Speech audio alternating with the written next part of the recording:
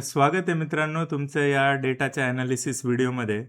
तर मित्रांनो, आपण काही डेटा ॲनालाइज करत असतो आणि तो डेटा असतो ऑप्शनचा बेस ऑन एफ-आयच्या आणि रिटेल प्लेयरच्या पोझिशन्सवर.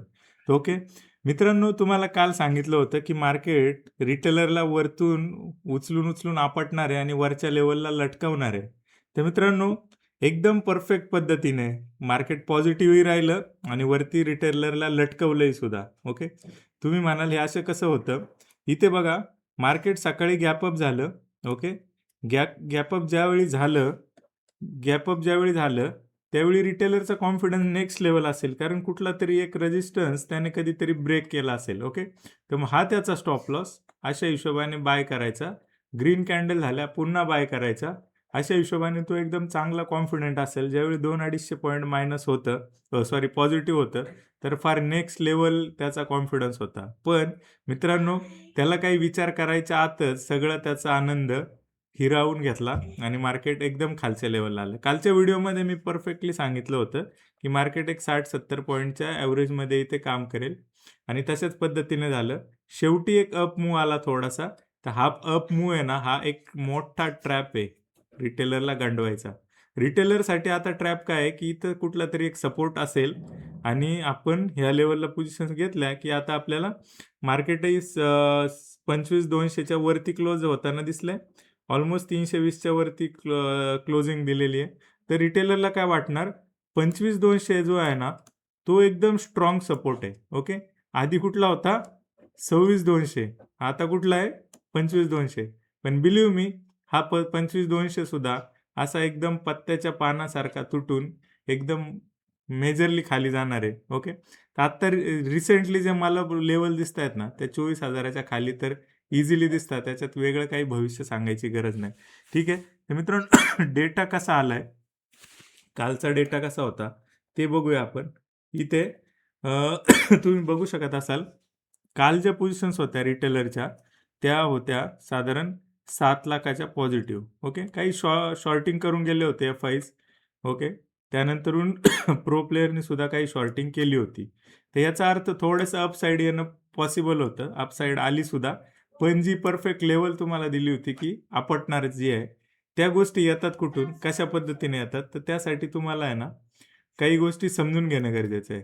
तर तुम्ही असं बऱ्याच वेळा बघितलं असेल की पॅटर्न काय असतात. ओके. तर पॅटर्न तुमचा असा काही डबल टॉप आणि खाली राउंडिंग बॉटम किंवा असं काही हेड अँड शोल्डर असे पॅटर्न नाही म्हणत आहे मी.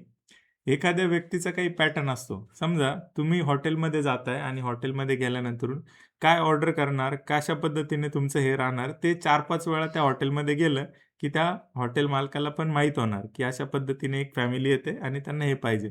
आता एखादा पिणारा खाणारा व्यक्ती असेल, तर त्याच्या वेटरलाही माहीत असतं की साहेब आलेत, आता साहेबांना काय पाहिजे. तर साहेबांनी ऑर्डर न देताच वेटर त्याच्या ज्या गोष्टी आहेत, त्याचा जो आपला ब्रँड आहे एकदम, तो त्याच्यापुढे आणून ठेवतात आणि साहेब पण त्या हिशोबाने असतो. तर ह्याला म्हणतात पॅटर्न. तर आपण बऱ्याच वेळा म्हणतो की मार्केट सुप्रीम आहे, सुप्रीम आहे. तर मार्केट सुप्रीम वगैरे असं काही नाहीये मित्रांनो. बिलीव्ह मी, सुप्रीम वगैरे असं काही नाहीये. मार्केट बनवले कोणी? तुमच्या माझ्यासारख्यांनी. एफ-आयजनी बनवलंय. त्यानंतरून रिटेलरनी बनवलंय. ओके. काही मोठे प्लेयर असतील, ब्रोकर्स वगैरे ज्याला आपण प्रॉप डेस्क म्हणतो.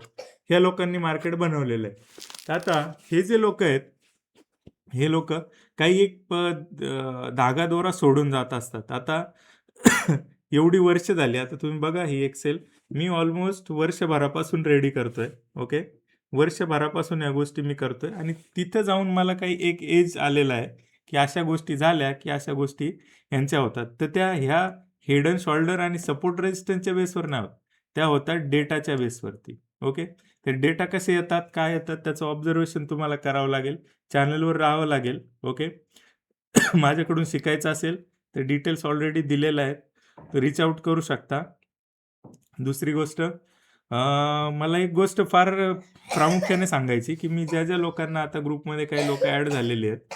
तर काही लोकांचे मेसेजेस येतात, की अशा पद्धतीचे लॉसेस आहेत, हे आहेत, ते आहेत. लाँग टर्मसाठीचं फार अवघड गणित होऊन गेलेलं आहे. कसं बाहेर यायचं हे मला कळत नाही. आणि ह्याच्यातून तरी पण ते सपोर्ट रेजिस्टन्सवाले मला चार्ट पोस्ट करतात आहे की इथं सपोर्ट होता, इथे होता आणि इथून कोणीतरी सपोर्ट घेतला आणि मग वरती गेला आणि माझा पॅटर्न वर्कआउट होतो. तर मित्रांनो असं काही नाही आहे. हे पॅटर्न बिटर्न हे झोल आहे. हे सगळं करत बसले ना म्हणूनच तुम्ही आजपर्यंत लॉसमध्ये आहे, लक्षात घ्या.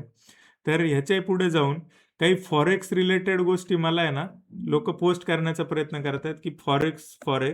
तर मित्रांनो तुम्हाला सांगेल, हे फॉरेक्स हा तर नेक्स्ट लेवल स्कॅम आहे. तुम्ही याचा विचारच करू नका की फॉरेक्स काय आहे. नेक्स्ट लेवल हा स्कॅम आहे. ओके.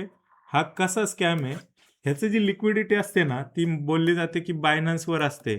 ओके. आता ही बायनान्स वगैरेवर जी लिक्विडिटी असते ते तुम्हाला जे सगळे बायर सेलर दिसतात ना, हे सगळे अल्गो बेस्ड सॉफ्टवेअर्स आहेत. आणि तुम्ही जे पे इन केलेले पैसे किंवा पे आउट केलेले पैसे हे एका डेमो सॉफ्टवेअरवर लागले जातात. हे सगळे डेमो सॉफ्टवेअर आहेत. जेवढे पण ब्रोकर्स आहेत ना, इंडियातले हे सगळे डेमो आहेत. त्यांना माहिती आहे. त्यांना माहिती आहे जो रिटेलर आहे तो मूर्ख आहे. त्याचा पुढचा शब्द नेक्स्ट लेव्हल शब्द आहे. तो सी आहे. ओके. तर हे जे पैसे आहेत ना, हे 90% पैसे हे लोकं इथंच लूज करून जाणार आहे. त्यामुळं हे जे सॉफ्टवेअरवाले ती लिक्विडिटी वरती नेतच नाहीत आणि तुमचे स्टॉप लॉस यांना माहीत असतात. ते सॉफ्टवेअरच ते त्या हिशोबाने एखाद दुसरी कॅन्डल जी ॲक्चुअल बायनान्सला नाही आली, ती इकडे येऊन तुमचा स्टॉप लॉस खाते आणि तुम्ही 100%चं लिव्हरेज घेऊन गेलेला असतात आणि लॉस करता. ओके. सपोर्ट रेजिस्टन्स तर दुश्मन आहेच आहे. ह्याच्याही मोठ्या स्कॅममध्ये तुम्ही अडकू शकता. तर जे पण लोकं फॉरेक्समध्ये चाललेत, फॉरेक्स करतात, मित्रांनो फार सावधान. ते नेक्स्ट लेव्हल डिस्ट्रॅक्शन साबित होऊ शकतो तुमच्यासाठी. कारण तो एक मोठा स्कॅम चालू आहे. ओके. त्याबद्दल बोलूया आपण. शिकत राहा मित्रांनो. शिकणं फार गरजेचं आहे. कारण ज्यावेळी मोठी शक्ती आपल्याकडे येते, तर आता हा जो डेटा आहे, ही पण एक अशी एक एज आहे.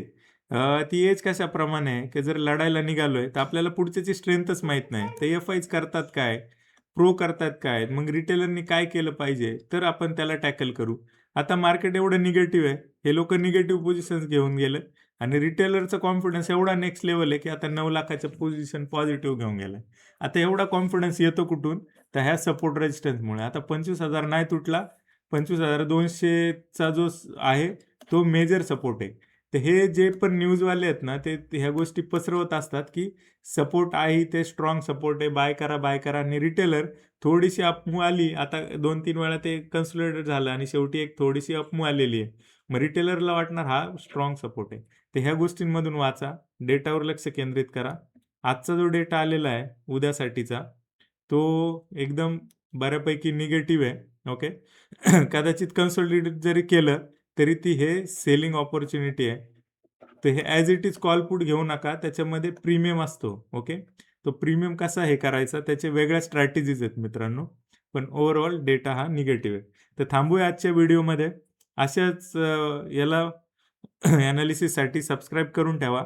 तुमची जबाबदारी आहे. तुम्ही इथपर्यंत आला असेल, जे लोकांनी इथपर्यंत व्हिडिओ पाहिलाय ना, त्याने एक जबाबदारी घ्यायची आहे, की हे चॅनल ॲटलीस्ट 2-4 लोकांपर्यंत तुमच्या मार्केटच्या मित्रांपर्यंत पोहोचवा. कारण मी बघतोय फार हेवी लॉस करतायत.